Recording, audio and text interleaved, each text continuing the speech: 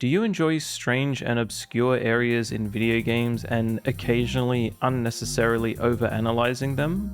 Well, I love places like that. So come with me and let's have a look at some of the loneliest corners in Mario Kart Wii.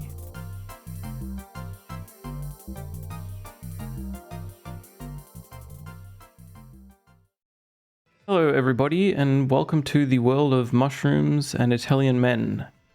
Here we are in Mario Kart Wii, and we're on the track Coconut Mall. Mall de la Coconut. So the first spot that I wanted to show off is kind of at the start of the level. It's just down here. Typically, if you were playing this map, you would drive this way and continue on with the course. But if you come down this escalator and turn around, you've got a very empty place. Doesn't this look like I'm out of bounds? But I'm not. I'm completely in bounds of the map. This spot is really neat. It gives me the kind of abandoned mall kind of impression. You know, you've got some empty stores here. You've got just like blank walls, blank floors, this random wall. Very cool. Very cool indeed.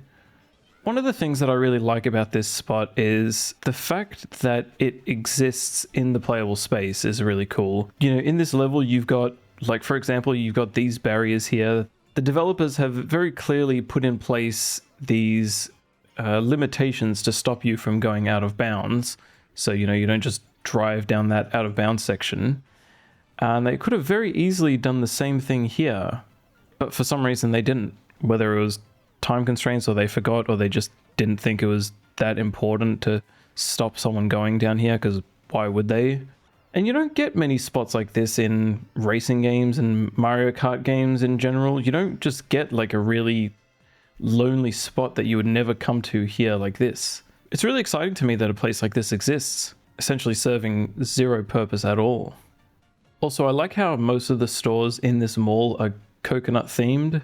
You've got Coconut Cafe up there, and then right next to it you've got Cocoa Coffee. Kind of seems like they'd be natural competitors, both being coconut themed cafes right next to each other. Got Tropical Grocery, you've got Cocoa Mode, you've got Cocoa Cute, Cocoa Outfitters, I believe that's another Cocoa Mode, and then Lady Cocoa, Tropical Bakery, Cocoa Outfitters, Beauty Maniac. That's not very coconut themed. Also, I really love this sign up here. It's plastered like all over the mall, and it just says Toilets Lift Market Square Central Avenue. It doesn't give any directions or any arrows or anything like that. It just says, I guess it just says that these exist. And this sign is like all over the mall. Once you notice it, you'll literally see it everywhere. And that was kind of one of the themes that I sort of found when I was looking for spots in this video is, I guess, the translation of real world places into an abstract world like Mario Kart. A real world place like a mall, for example, being translated into a very abstract world like the Mario world, or specifically the Mario Kart world. There's a lot of just strange stuff that you can find that doesn't really translate perfectly well, I suppose. But man, this spot is so great. It has really no reason to exist at all. I don't know, a game like Mario Kart, you're not really supposed to stop anywhere and check things out. But then to have like this whole subsection that feels like it's untouched and unwanted. Alright, well now that I've shown you this little cove, little corner. This is actually literally a corner. I guess it's not exactly a corner. It's like a tucked away place. Anyway, now that we've had a look at this strange little section, let's go to the next level. Let's have a look at our next spot. So here we are on the beautiful Daisy circuit. First of all, let me show you this. Have a look at the balcony up there on the second floor of this orange building. I just want to briefly point out that there's not actually any doors that lead to this balcony. Like, even if you look at this tiny little one right in front of me, that guy either had to crawl out of the window to get there, or he got like airlifted onto his balcony. Anyway, let me show you the lonely corner, and then I want to talk a bit more about the strangeness of this this town. So check this out.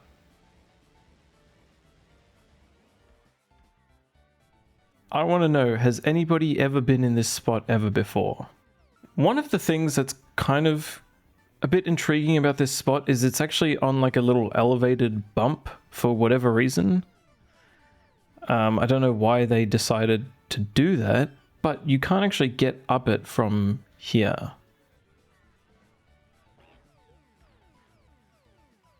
I don't think you can get up here unless there's some tech. Oh, fuck! Oh, never mind. There is a tech, apparently. Huh.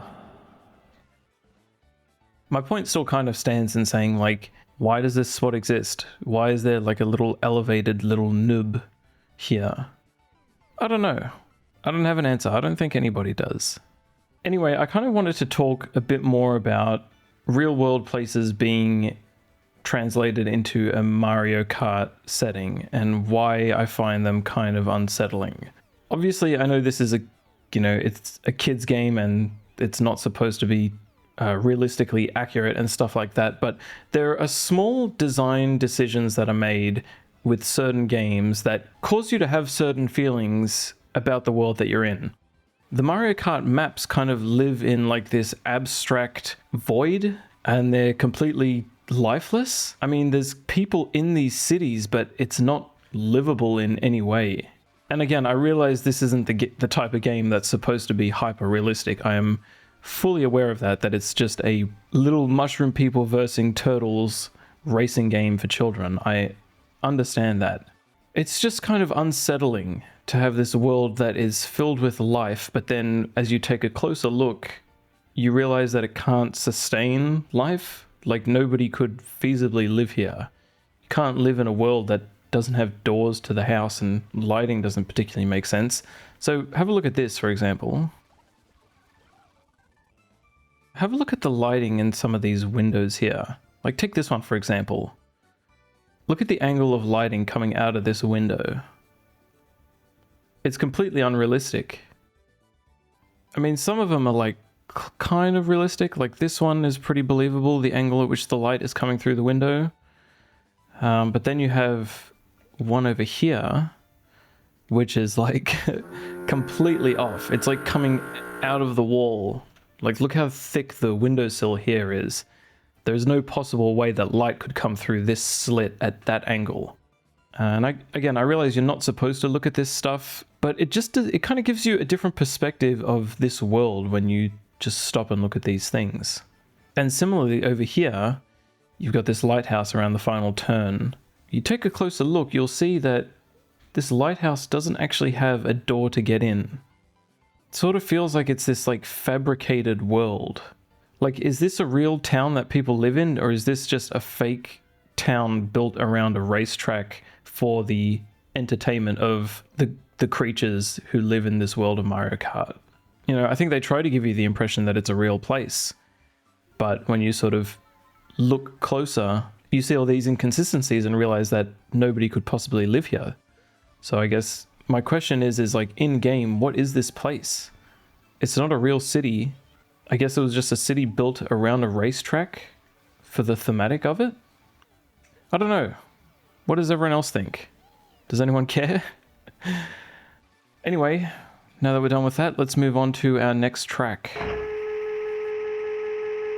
All right, Delfino enjoyers.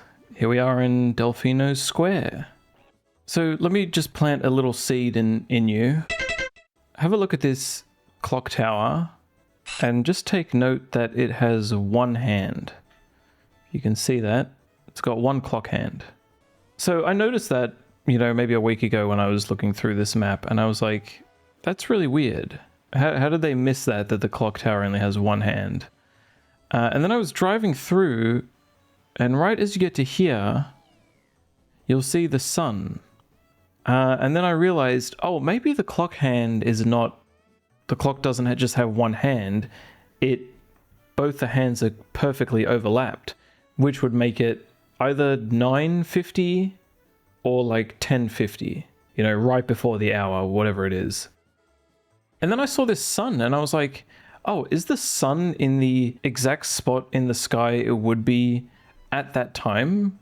Like, is the clock accurate to where the sun's position is in this map? Probably not. I mean, I guess depending where in the hemisphere Delfino Plaza takes place, I guess that could be true, but probably not.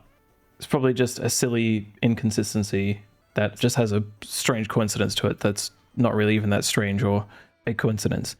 Anyway, as I was looking at the sun, I saw these shadows and I was like, oh yeah, shadows looking good. This all checks out. This is pretty logical. But then as you progress through this section of the map, this sign over here doesn't have a shadow. More so, the shadows are now pointing the opposite direction as they were on the other side of this building. They're pointing towards the sun, which, you know, you don't have to be a shadow expert to know that something's up there. And that just kind of further fed this obsession or fascination I had with real world places being adapted into the Mario Kart world. I mean, like, even look at the shadows here. One of these is pointing towards the sun, and then these shadows are pointing the other way, like 90 degrees the other way. These shadows are pointing east, and then these shadows are pointing south. And it just kind of fuels that kind of idea of this is not a real place, which obviously it's not. A, it's a video game, and then B, it's a fictional world.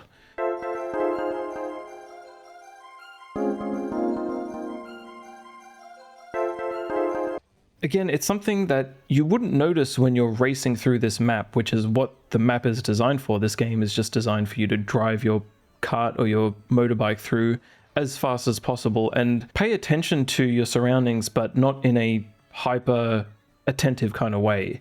You're just sort of going off of like visual recognition and being like, yep, this is a fruit stand, this is a sign, this is a bridge, not hyper analyzing every single thing that you see in this world. And that's the kind of game that it is. But when you do stop and you do analyze this stuff, you find a lot of things that kind of make you feel different about the world that you're in. And that's something that I really love about video games, is like that environmental storytelling. You know, there's no story in Mario Kart. There's no like cutscene that tells you why you're racing. You're just racing. And so the only kind of storytelling you can grasp is through the environment. And you can kind of choose to read into that as much as you want. Whether you want to sit here and analyze every little thing like I'm doing right now and kind of come to your own conclusions with this, or if you just want to say, yep, this is some town, and then leave it at that and just be like, yep, we're racing through here for whatever reason. You kind of, as a player, have this freedom of choice to decide how you want to understand this world around you. And I think that's one of my favorite things about video games, is not being directly told what this place is, but being shown a place and allowing myself to come to these conclusions. And you find really interesting stuff. Like, I don't know, I don't particularly know how lighting works, but this kind of gives me an idea of how maybe how it works. Or I guess how it doesn't work would be a better way of putting it. Anyway, since this is the Lonely Corners series, not the Lights and Shadows series, I just wanted to leave you with this spot. This little grassy field. It's not really much to it.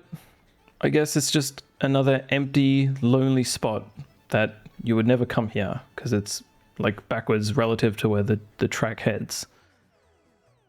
There's also another kind of grassy patch here. And they put a bit of set dressing in, just kind of like the generic set dressing, trees and some shrubs. They could have thrown in like some park benches or a statue or a fountain or something, but they didn't. And now it's just a lonely old corner. If you enjoyed this video and I showed you some places that maybe you've never seen before in Mario Kart Wii, leave a like and consider subscribing. If you want to support me further, go watch another one of my videos directly after this one. That really helps me out in the algorithm. My name's Plura for some reason. Thank you so much for watching.